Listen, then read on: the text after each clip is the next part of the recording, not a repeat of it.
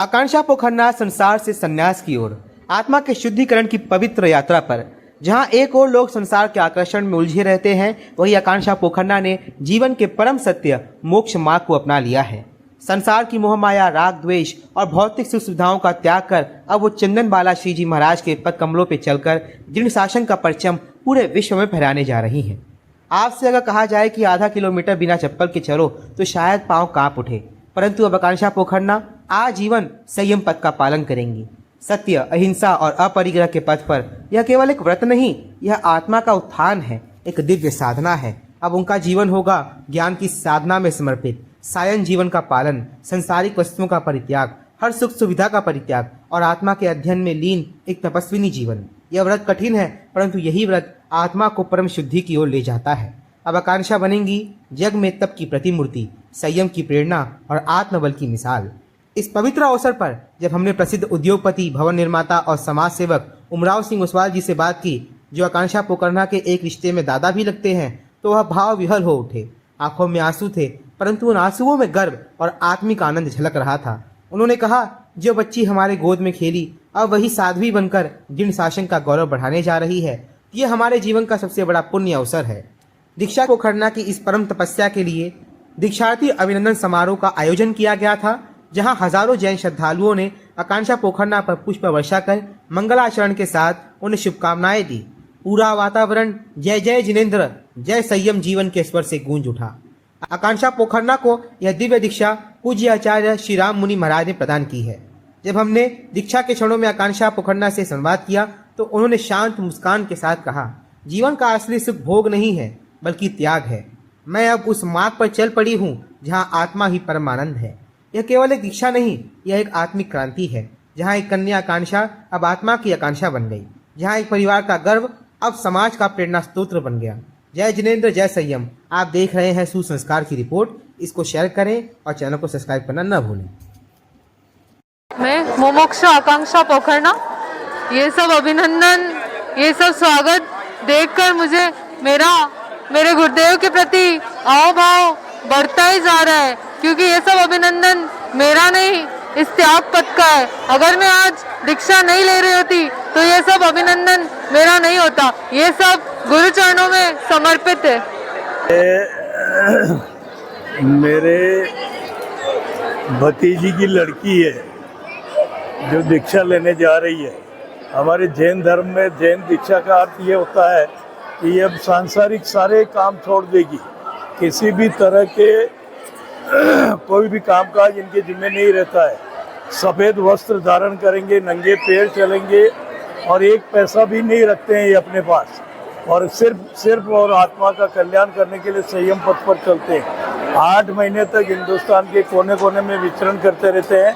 4 महीने जहाँ भी होता है वहाँ चातुर्मास करते हैं, बरसात में इधर उधर नहीं जाते हैं। तो श्रमण संस्कृति के सारे नियमों का पालन करते हुए जो भगवान महावीर ने बताया है उसके मार्ग पर अनुसरण करते हुए चलते हैं। इनके गुरु हैं आचार्य श्री रामलाल जी महाराज साहब, तो उनके सानिध्य में और उनके आदेश की पालना करते हुए ये आगे बढ़ते हैं। इसलिए कि मेरे परिवार से जा रही है ना, तो दुख तो होता ही है। कहा तो हम इसकी शादी करने का प्लान बना रहे थे। अब इसका ये संयम लेने के बाद, दीक्षा लेने के बाद इनका हमारा कोई भी नाता रिश्ता नहीं रहेगा। एक श्रावक और साध्वी का रहता वही रहेगा। कैसा लग रहा है? बस बहुत अच्छा तो लगता ही है, लेकिन दुख भी होता है मन में। आज हुक्म संघ का इतिहास में साधु मार्गी जैन संघ और राजस्थानी जैन संघ भाईंदर के इतिहास में एक सर्वश्रेष्ठ आयोजन, 2 मुमुक्षु बहनों का हमने अभिनंदन किया है, जो हमारे लिए गौरव की बात है। और सबसे बड़ा गर्व यह है कि वो मुमुक्षु हमारे परिवार से है। ओस्तवाल परिवार की दोहती है और मेरी साली की लड़की है। निश्चित तौर पे मैं बहुत गौरवान्वित हूँ।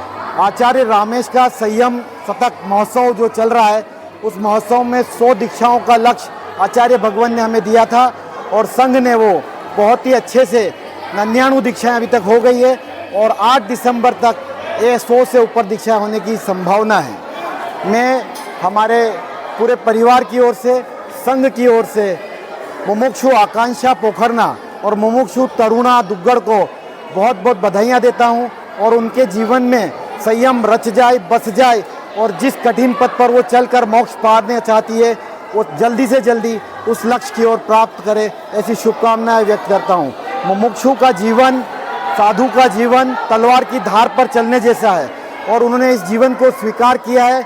मैं उनके जीवन के मंगलमय कामना करता हूँ और ये कामना करता हूँ कि संयमी जीवन में वो हुक्म संघ को और जिन शासन को और भगवान महावीर के नाम को नई ऊंचाइयाँ प्रदान करेगी। इन्हीं शुभकामनाओं के साथ जय महावीर, जय नानेश, जय रामेश। जय जिनेंद्र। मेरा नाम तरुणा दुग्गड़ है। मैं इस दीक्षा के प्रसंग से बहुत ज़्यादा प्रसन्न हूँ क्योंकि सभी को पता है दीक्षा तो सभी को लेनी होती है पर कोई कदम नहीं उठा पाता। मैं भी वैसी ही थी, मैं दीक्षा नहीं ले पा रही थी पर गुरु भगवान का वो सानिध्य, वो प्यार, उनके वात्सल्य को देखकर इतना मन में विचार आया कि लेना है तो संयम सत्संग में ही दीक्षा लेनी। श्री रोहित मुनि जी महाराज साहब, भाई महाराज साहब, उन्होंने बोले कि लेना है तेरे को, लेना तो है ये दीक्षा। मेरे मन में विचार था कि बाद में लूंगी महाराज साहब, पर महाराज साहब फरमाए कि लेना है तो संयम सत्संग में ही ले। मैंने बोला तहती, अगर भगवान फरमाएंगे, भगवान की चर्या मैंने देखी, भगवान ने फरमाया कि दीक्षा ले ले, 3 नवंबर फिक्स। भगवान ने बोला तब मेरे मन में भाव जागा कि मैं ले सकती हूँ। जय गुरु नाना, जय गुरु राम। मेरी बेटी तरुणा दुग्गड़ जो गुरु के चरणों में दीक्षा लेने 3 नवंबर को देश नोक पधार रही है, तो मैं चाहता हूँ इस दीक्षा में आप सभी पधारें। और मेरे को इतना गौरव हो रहा है, इतना मैंने अच्छा लग रहा है, गुरु के सानिध्य में दीक्षा लेने जा रही है और मेरी आज्ञा नहीं थी, उसने इतना विलम्ब किया। वो मेरी अज्ञानता थी कि मैंने दीक्षा के बारे में इतना समझा नहीं था कि इतना जल्दी दीक्षा हो जाएगी, किंतु गुरु की कृपा और गुरु का दर्शन करते ही मेरे भाव अलग से हो गए और मैं समझता हूँ अपने गुरु दर्शन में ही लाभ है। इसको मैं हर साल गुरु का दर्शन करवाता था, उसी में इसकी दीक्षा के भाव बने हैं। जय नानेश, जय गुरु।